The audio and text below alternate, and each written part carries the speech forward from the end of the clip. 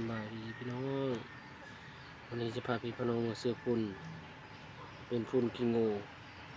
แห้งจากขี้งูที่ว่าปีแบบนี้ย้อนไก่มาสะแต่ละมือสะไปสะมาตะแดดก็เลยกลายเป็นฝุ่นที่ว่าละเอียดนะนี่ก็คือภรรยาเขากำลังใส่ฝุ่นอยู่เพิ่งเราใส่ฝุ่นก็คือสิบุญญาบุษาไปเลยจับวานใส่อันนี้พักเขาหากระบุงมันก็ใหญ่ขึ้นมา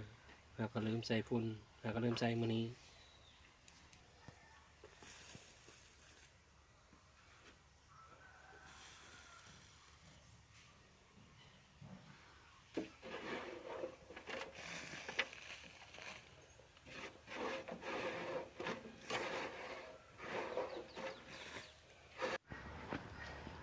ออกจากผู้ประกาศแล้วก็ยังปลูกหญ้า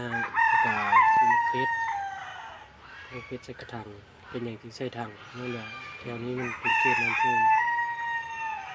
มันย่ำผลย่ำเป็นเป็ดเป็นเกาแล้วก็น้ำท่วมมันก็ต้องได้ย้ายมันขึ้นไปหลังจากน้ำลงแล้วก็ต้องดันลงมาเป็นเนื้อที่ที่ว่าน้อยในโบราณมาแล้วปลูกเพชรใส่กระถางจะมีจุดดีหลายแนวการใส่ฝุ่นมันก็ต้องได้ประหยัด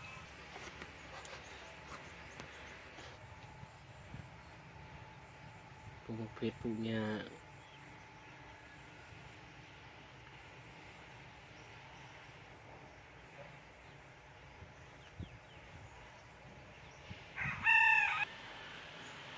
นี่คือต้นมะม่วงคุดที่กำลังออกดอกนี่ก็ต้นอังกำหนูกำลังขยายพันธุ์